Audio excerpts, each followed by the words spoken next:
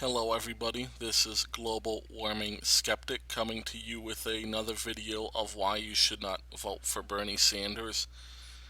Um, this episode we are going to explain why Bernie Sanders is wrong about tax policy and education policy. So, first of all, let's hear what Bernie Sanders has to say and we'll set the table with that. Everybody in this country, regardless of their income, if they have the ability, they're going to get a college education. And today I just introduced legislation that would make public colleges and universities tuition free. Where's the money going to come from? A tax on Wall Street speculation. And that's exactly where it should come Talk from. about that. What does that mean, a tax on Wall Street speculation? What it means is right now you have people who are becoming phenomenally wealthy by speculating in derivatives and every other type of esoteric instrument that they can. People are getting very rich on Wall Street. What we're going to impose is what exists in dozens of countries around the world, a very modest tax on the transference of large amounts of stock. What does that mean, very modest? Is that going to pay for tuition-free education? More than that. This is a very effective and progressive way to raise money. The estimate is it could bring in as much as $300 billion a year. You think? Okay. First of all, we're going to tackle this one at a time. First of all, let's look at the tax policy. Now, Bernie Sanders is pretty ignorant when it comes to the economy, and this demonstrates why he is ignorant. See, in economics, there is something called the Laffer curve. The Laffer curve is a peer-reviewed, verified curve that exists based on the fact that there is a certain point where tax increases do not produce additional income for the country. And we're going to look at an example of at least what would appear to be us being over the Laffer hump. And we are still over the Laffer hump. Now, you could look up the income tax numbers for yourself, or I will post something that shows the income tax, and you can look at it year by year and see how this all correlates. But if you follow along with me here, this is going to be more or less accurate, at least to the roundabout time. So basically, we're going to be looking at constant 2009 dollars, because of course inflation's going to distort these numbers heavily. And we're going to look at the tax receipts by year. Of course, this is Tax Policy Center if somehow you cannot read the link. Pretty neutral. This is spin free just by the numbers. It even has the composite deflator if you want to verify the level of inflation with that. And another thing, this does not directly go to prove the point, which means I think you should be able to rely on this and trust this. Just me. But anyhow, after World War II, we had a tax of about 90% or so. So you had about, more or less half a million. Then in the 1950s, you get a little gradual rise, or half a billion, excuse me. And then you get to the first change in taxes, which was around 1964. And look what happens after 1964, after taxes were lowered. Now, keyword lowered from 90% to 70%. You go from about 700 million, and then you get to about $1 billion by 1970, which is pretty good as far as I'm concerned. And then it goes down a little bit as recessions come, but as you can see, you get this instant tax income hike after 1964, where tax income was barely going up despite the economy surging in the 1950s. And then you get this, and then you get kind of where it flatlines in the 70s. You don't get a lot of raise after that. And then you get the 1980s. I believe it was '82 or something, taxes were lowered. And as you can see, we had the recession in the early '80s. But um, by the end of Reagan's term, and note that taxes during Reagan, they were lowered from 70% to an almost complete flat tax of 28%. And despite the cutting of these taxes by over half, our tax income again went way up. And then you got the 90s. The 90s is a lone exception. Clinton raised taxes a little bit. Um, but you also had the dot-com boom by then. And this was when Microsoft and all that was exploding. And then here's another key date here. 2003 was the year of the Bush tax cuts. And then look at from 2003 to 2007, the amount that tax income exploded upwards after the tax cuts. And you can even see, you can see what happened under Obama when he let the Bush cuts expire. We did not get near the level of taxes in 2007, right up until 2014, where it finally eclipsed 2007's numbers, despite increases of GDP for all but 1 year. So, the key thing to get from this is that our position on the Laffer curve is we're over the hump.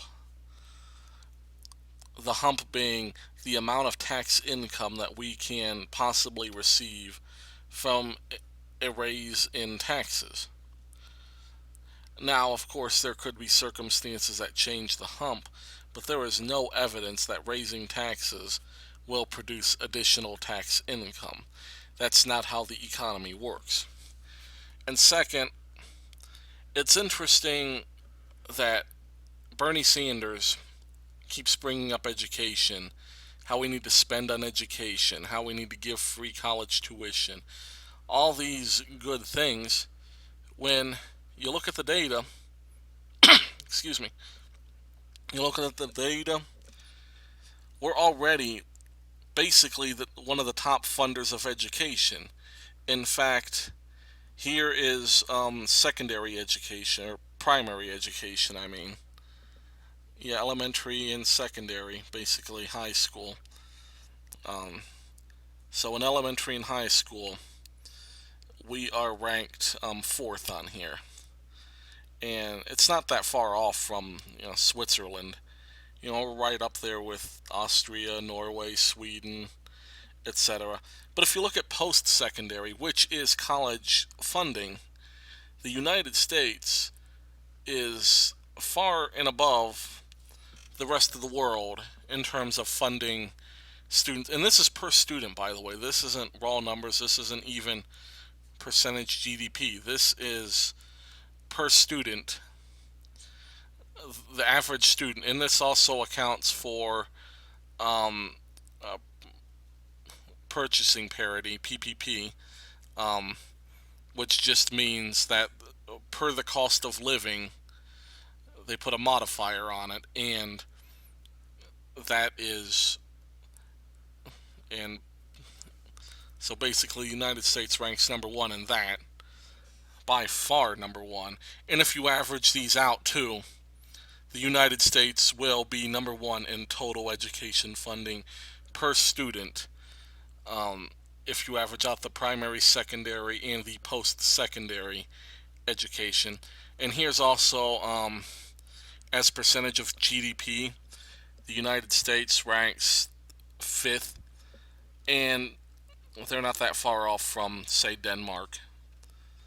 And for all this funding in education, for being one of the top spenders on education per student, per GDP, whatever metric you want to use, being well above the OECD average.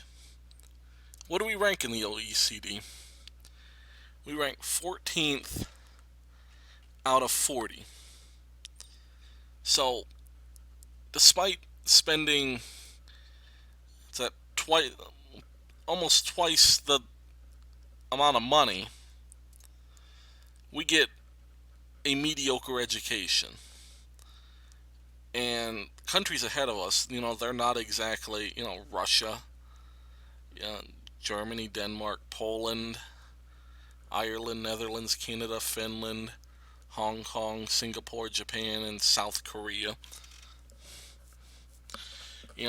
We should be far, far higher on this list.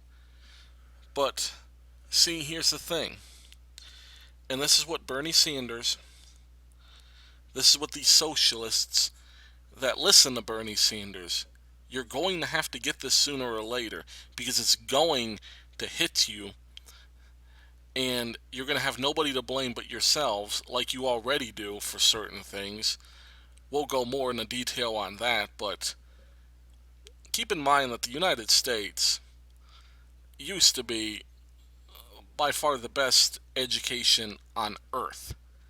And we did that with very little public funding, very little curriculum control at the federal level. And so, this is what you get for spending money. It does not improve the quality of education. Here's another example: Detroit. Detroit's education is paid for very heavily by the state of Michigan. They're very heavily subsidized because Michigan pours money into that poor city of Detroit. The graduation rate there, less than 50%. And and just to put salt on the wound, I'm going to ad lib this here. We're going to look up something else here.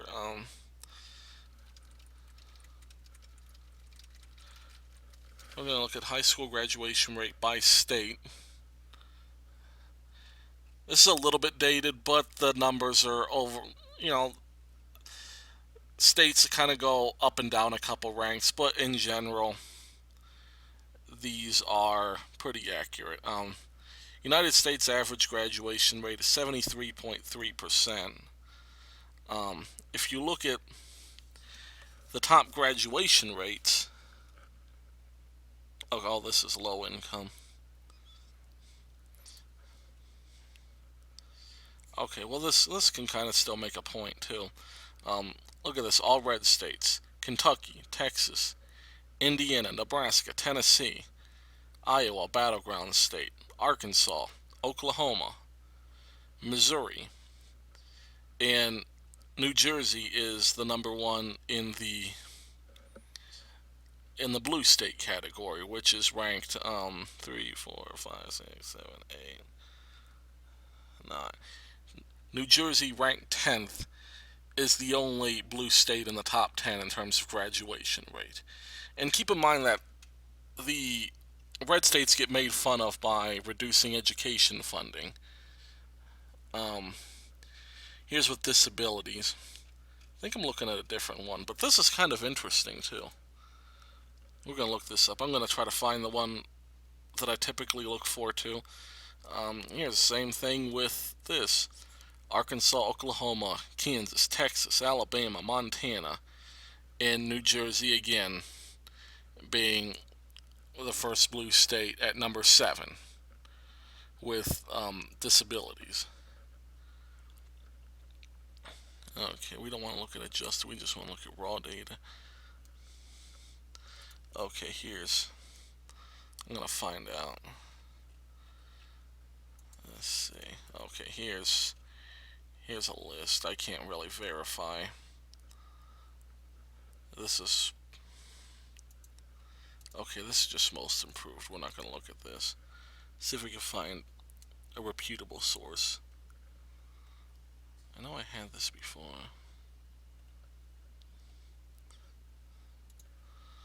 Okay.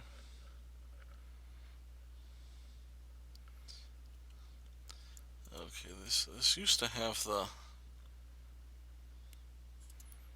Okay, let's look at the adjusted if it's the only thing we're gonna get. Okay, you can't adjust this by rank, so I'm not gonna go through here and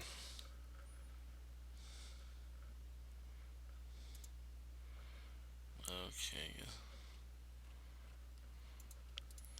It doesn't look like we're going to find what we want. But the bottom line is, let's look here. I could edit this in. Okay, this looks like something I could kind of summarize.